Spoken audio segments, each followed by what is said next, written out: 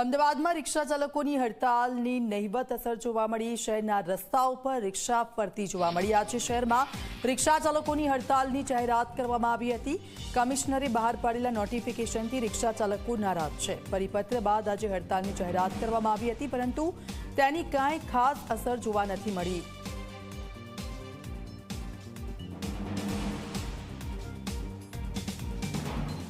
Ahmedabad police કમિશનરે રિક્ષા ચાલકો ઉપર જે સર્ક્યુલર બહાર પાડ્યો છે, જે નોટિફિકેશન બહાર પાડ્યું છે, અને લઈને રિક્ષા ચાલકોમાં નારાજગી છે અને તેમણે કહ્યું હતું કે આજનો દિવસ તેઓ હડતાલ ઉપર રહેશે। લોકો સાથે વાતચીત કરીશું। અચ્છા, રિક્ષા ચાલકો આજે હડતાલ ઉપર રહેવાના હતા, આપનું શું કહેવું છે? હડતાલ ઉપર રહેવાનું નુકસાન તો અમારો છે। અહીંયા મીટર લગાવે, મીટર પર કોઈ બેઠતો નથી, તો અમે મીટર લગાવીને 3000 શું કરીએ? આખો દિવસ ચલાવે તો 1000 રૂપિયા નથી આતા। ઘેર ચલાવો, રિક્ષાનો ભરો કે આના મેમો ભરો, શું કરીએ?